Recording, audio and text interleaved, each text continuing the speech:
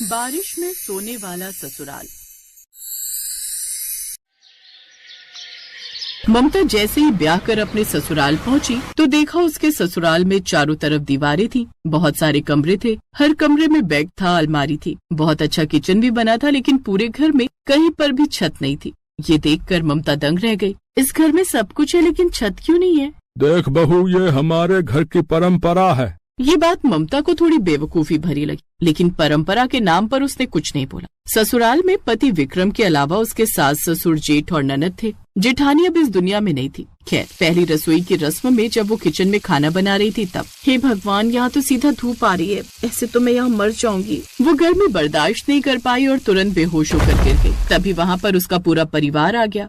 आजकल की लड़कियों में दम ही नहीं होता। पायल, एक बाल्टी पानी भर के डाल दे, इससे होश आ जाएगा, फिर जल्दी से बोल खाना बनाए। हाँ, बहुत तेज भूख लगी है हमें। हाँ पापा। पायल ने एक बाल्टी भरकर पानी ममता के ऊपर डाल दिया, जिससे उसे होश आया। ममता को उन लोगों का बिहेवियर ठीक नहीं लगा। किसी तरह उसने खाना बना लिया और सबने खा भी लिया। आज विक्रम और ममता की सुहाग रात थी। सुहाग रात मनाने के बाद जैसे ही उनकी आंख लगी, वैसे ही अचानक मूसलाधार बारिश होने लगी। सारा बिस्तर, सारा सामान गीला होने लगा। ममता तुरंत भागकर घर के बाहर निकल गई और किसी दूसरे के घर के बाहर छप्पर के नीचे बैठ गई। तभी वहाँ पर उसके ससुराल वाले आ गए। बदतमीज औरत है, ना गर्मी बर्दाश्त होती ना बारिश है, दूसरों के घर के बाहर आकर बैठ गई। ऐसी औरतों को तो बेल्ट से मारना चाहिए। मैं बेल्ट लेकर आती हूँ, बिना मारे ये सुधरेंगी नहीं। रहने दो पायल, मेरे पास बेल्ट है। अपने ससुराल वालों का ये रूप देखकर ममता दंग रह गई। आसमान में बिजली कड़कने लगी, आंधी तूफान आ गया। ससुराल वाले ममता को घसीटकर वापस घर के अंदर ले गए और सारी रात वो लोग बारिश में सोए। लेकिन ममता को नींद नहीं आ रही थी। वो सुबह तक ऐसे ही बैठी रही। फिर दोपहर को उसका परिवार कहीं चला गया। मेरे ससुराल में तो हर कोई बदतमीज है। पूरे गांव में हर किसी के घर में छत है, सिर्फ हमारे घर में नहीं। पता तो करना ही पड़ेगा। ममता अपने घर के बाहर खड़ी हो गई। तभी वहाँ से कुछ औरतें गुजरी। ममता ने उन औरतों को बुला लिया। सुनिए, मैं आप लोगों से एक बात जानना चाहती हूँ कि हमारे घर में छत क्यों नहीं है? क्या सच में हमारे परिवार की ऐसी कोई परंपरा है? लगता है तेरे ससुराल वाले बाहर ऐश करने गए, इसीलिए तू हमसे बात कर पा रही है। बहू, तुम्हारे ससुराल वालों ने कई बार छत बनवाने की कोशिश की, लेकिन हर बार छत गिर जाती थी। बहुत सारे मिस्त्री, इंजीनियर, बहुत सारे तांत्रिकों ने भी कोशिश की, लेकिन जितनी बार वो लोग छत बनवाते थे, छत खुद ब खुद गिर जाती थी। लेकिन इसके पीछे कारण क्या हो सकता है? बहू, जब से तुम्हारी जेठानी ये दुनिया छोड़कर गई है ना, तब से ये घटनाएं हो रही हैं। वरना उसके पहले तो इस घर में भी छत थी। अब हम लोग चलते हैं, वरना अगर धोखे से तुम्हारे ससुराल वालों ने देख लिया तो तुम्हें बहुत मारेंगे। इतना बोलकर वो औरतें वहाँ से चली गयी। फिर धीरे धीरे शाम हो गई और ममता ने खाना बनाकर रख लिया। तभी उसके ससुराल वाले पी कर आए। सब लोग खाना खाने लगे। ये कैसा बेहुदा खाना बनाया? तेरे माँ बाप ने तुझे खाना बनाना नहीं सिखाया क्या? है बे? चलो आज इसे कमरे में बंद करके खूब मारते हैं, बहुत दिनों से हाथ साफ नहीं किया। सही कह रही हो माँ, आज 2-4 हाथ तो मैं भी लगाऊंगी उस चुड़ैल को। नहीं, ऐसा मत कीजिए, दोबारा ऐसी गलती नहीं होगी। चुप कर बेगारा औरत, हम माफ नहीं करने वाले हैं, हमारे हाथों में खुजली हो रही। सारा परिवार मिलकर ममता को मारने लगा। ममता जोर जोर से चिल्लाने लगी। तभी अचानक आसमान में बिजली कड़की और बहुत तेज घनघोर बारिश होने लगी। तो इस तरह ममता पर वो लोग हर दिन जुल्म करने लगे। दोपहर में खाना बनाते वक्त गर्मी की वजह से वो बेहोश भी हो जाती थी, और जब भी पानी बरसता था तो रात भर वो पानी में भीगती रहती थी। उसकी हालत बहुत खराब हो चुकी थी। फिर एक रोज जब उसके ससुराल वाले कहीं गए हुए थे, तब मेरे ससुराल वालों का जरूर कोई न कोई रहस्य है, मुझे उस रहस्य से पर्दा उठाना ही होगा। ममता उस घर के हर कमरे की तलाशी लेने लगी। तभी उसे एक पुरानी डायरी मिली। वो डायरी उसकी जेठानी ने लिखी थी। जब तक मेरी आत्मा को शांति नहीं मिलेगी, तब तक इस घर की छत नहीं टिकेगी। जब जब इस घर की बहुओं पर अत्याचार होगा, तब तक आंधी तूफान तेज होगा। जिस दिन इस घर की किसी बहू ने इन लोगों का विरोध कर दिया, उसी वक्त बारिश थम जाएगी। दरअसल कुछ साल पहले जो हरकतें ममता के साथ हो रही थी, वही हरकतें उसकी जेठानी के साथ होती थी। इन सब से तंग आकर उसकी जेठानी ने एक डायरी लिखकर उसी घर में कहीं छुपा दी और फिर उसने खुद को खत्म कर लिया। अब ममता वो डायरी पढ़ चुकी थी। इसका मतलब जेठानी जी ने इन लोगों से तंग आकर खुद को खत्म कर लिया, और ये राज छुपाने के लिए इन लोगों ने परंपरा का नाम दे दिया।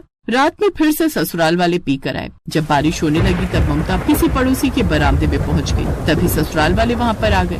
विक्रम ने जैसे उस पर हाथ उठाया, वैसे ही ममता ने उसका हाथ पकड़कर विक्रम चिल्ला उठा, बहुत बर्दाश्त कर ली तुम लोगों की बदतमीजी, अब कोई अत्याचार नहीं चलेगा तुम लोगों का। उसने इतना बोला ही था कि तभी अचानक बारिश बंद हो गई अब ममता मन ही मन सोचने लगी, जैसे ही मैंने इन लोगों का विरोध किया वैसे ही बारिश बंद हो गई। इसका मतलब डायरी में जो लिखा है वो सच है, जेठानी जी की आत्मा यहीं कहीं है।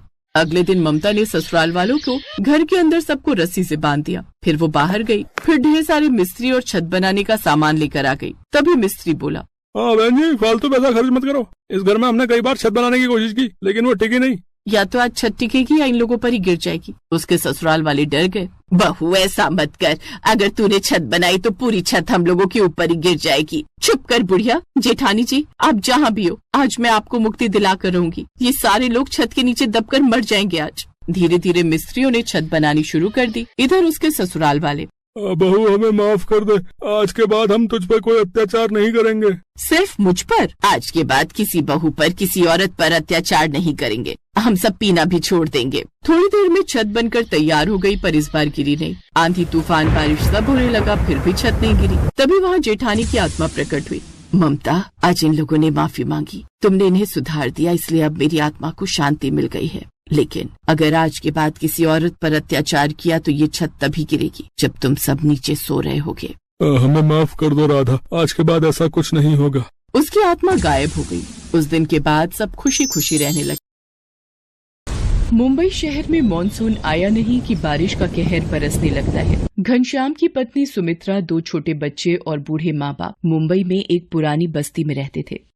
सुमित्रा, ला दे, अम्मा की कौन सी दवाई लानी है? एक तो वैसे ही काम नहीं, ऊपर से दवाइयों का खर्चा नहीं निपटता। ये पर्चा और ये पैसे काम से मिले थे, इन्हीं का राशन लाना है, और जो पैसे बचेंगे अम्मा की दवाई ले आना। चल जा रहा हूँ, ले आऊंगा। सुमित्रा, तूने आज फिर घनश्याम के हाथों में पैसे कैसे पकड़ा दिए? तुझे पता तो है, फिर मदन के साथ जाकर कच्ची शराब पी आएगा या पत्ते खेलने बैठ जाएगा। क्या करूँ बापू, जबरदस्ती ले गए कि मैं ही लाऊंगा घर का सामान। पर सुमित्रा, बारिश की वजह से कब हम पर मुसीबत आ जाए, कौन देख कर आया है? माँ, बहुत भूख लगी है। माँ, मुझे भी। बंटी, ये 10 रुपए ले, साथ वाली दुकान से छोटी डबल रोटी ले आ। बंटी बराबर की दुकान से डबल रोटी ले आता है। सुमित्रा थोड़े से रखे दूध की चाय बनाकर बच्चों को चाय ब्रेड खिला देती है। दिन बीत जाता है, शाम होने को आ जाती है, पर घनश्याम का कुछ पता नहीं कहाँ गया। रात के 7 बजे। मैंने आपको सुबह राशन और माजी की दवाई के पैसे दिए थे, पर आप तो ये तली हुई मच्छी उठा लाए हो। अब तू मेरे खाने पे भी नजर लगाएगी? जान नहीं लाया राशन क्या कर लेगी?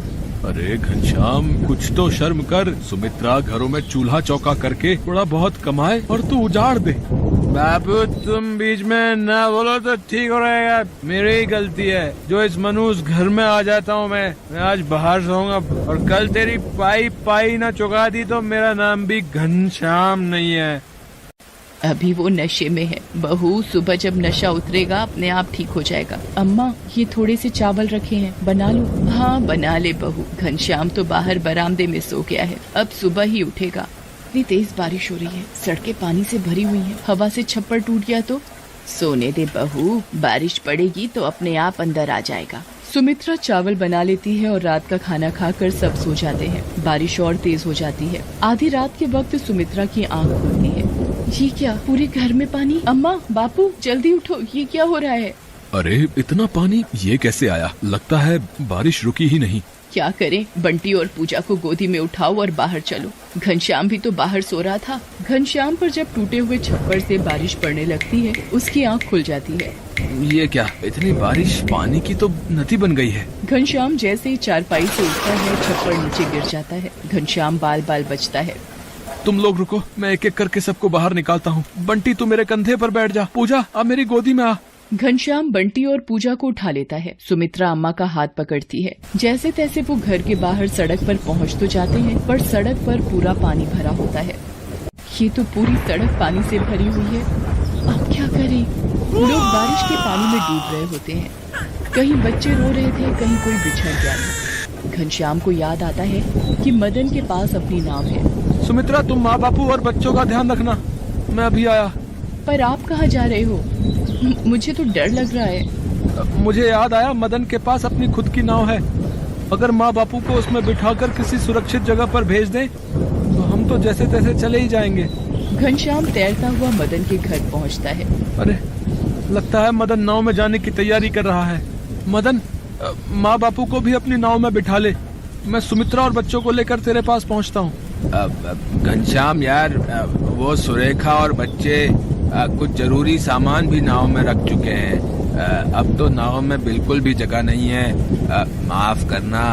अच्छा, पानी का बहाव तेज हो रहा है, अब मैं चलता हूँ। मदन घनश्याम को साफ मना करके अपने बीवी बच्चों के साथ नाव पर निकल जाता है।